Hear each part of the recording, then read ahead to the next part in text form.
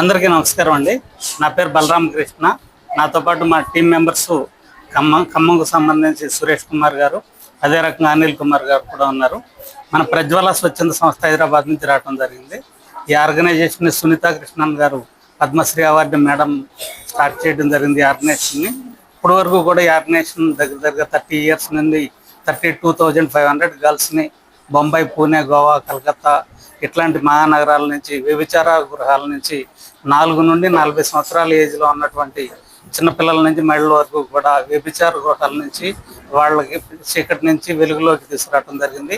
So సమాజంలో మనం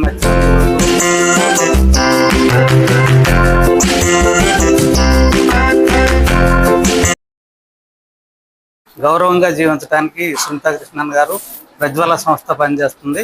ఇంతమంది మోసపోతున్న కారణంగా ఏ ఒక అమ్మాయి మోసపోకూడదు అని అన్న ఉద్దేశంతో ప్రివెన్షన్ ద్వారానే అది సాధ్యం అవుతుంది అని మనము ఈ యొక్క తెలంగాణ మొత్తం కూడా ఎడ్యుకేషన్ డిపార్ట్మెంట్తో, women development and child welfare, SERP డిపార్ట్మెంట్తో కలిసి వాళ్ళ కొలాబరేషన్తో వాళ్ళలో ఉన్నటువంటి ఫ్రంట్ లైన్ వర్కర్లుగా పనిచేస్తున్నటువంటి అంగన్వాడీ టీచర్స్ కావచ్చు, విఓఎస్ కావచ్చు, ఎడ్యుకేషన్ డిపార్ట్మెంట్లో స్కూల్ అసిస్టెంట్స్ కావచ్చు, అందరికీ కూడా 2 రోజుల శిక్షణ కార్యక్రమాన్ని మనుషుల అక్రమ రవాణా మరియు చైల్డ్ సేఫ్టీ మీద మనం ట్రైనింగ్ ఇవ్వడం జరుగుతుంది.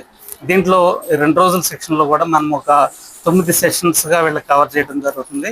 దీంట్లో అసలు మనుషుల అక్రమ రవాణా అంటే ఏంటి, సెక్స్ ట్రాఫికింగ్ అంటే ఏంటి, అదే రకంగా మోసపోయిన బాధితుల యొక్క వాళ్ళపైన ప్రభావాలు మోసపోయిన తర్వాత ఎట్లా ఉంటాయి, అదే రకంగా సైబర్ ఎనేబుల్డ్ హ్యూమన్ ట్రాఫికింగ్ అంటే ఏంటి అనే విషయాలని పూర్తిగా అర్థమయ్యేలాగా వాళ్ళకి డాక్యుమెంటరీలు చూపిస్తూ, గ్రూప్ డిస్కషన్లు చేస్తూ మనము యాక్టివిటీల రూపంలో చేయించడం జరుగుతుంది.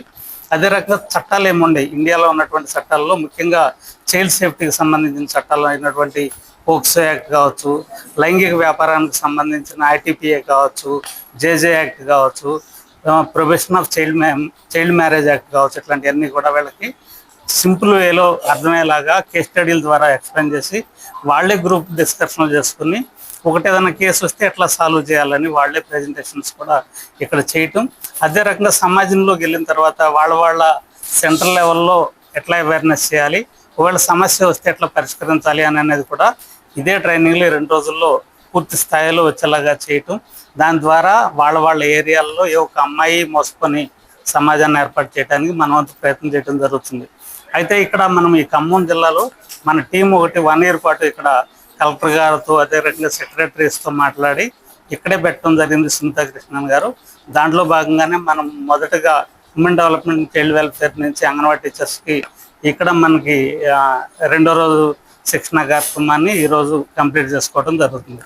చాలా యాక్టివ్గా మన అంగన్వాడీ టీచర్స్ కావచ్చు, సూపర్వైజర్స్ కావచ్చు, సిడిపిఓ కావచ్చు, డిడబ్ల్యూఓ కావచ్చు, ఇక్కడ ఎంటైర్ మన ఎడ్యుకేషన్లో ఉన్నట్టు మన అడ్మినిస్ట్రేషన్లో ఉన్నటువంటి అందరూ కూడా పూర్తి స్థాయిలో సహకరించడం, ట్రైనింగ్ సక్రమంగా జరగడం జరుగుతుంది. Thank you. ఈ యొక్క మా ఇన్ఫర్మేషన్ని మీడియా మిత్రుల ద్వారా సమాజంలో ఉన్న ప్రతి ఒక్కరికి రీచ్ కావడానికి మీ సహకారానికి కూడా మేము ధన్యవాదాలు తెలియజేస్తున్నాం. Thank you. బలరామకృష్ణ సార్ నా పేరు, సీనియర్ ప్రాజెక్ట్ మేనేజర్గా పనిచేస్తున్నాను.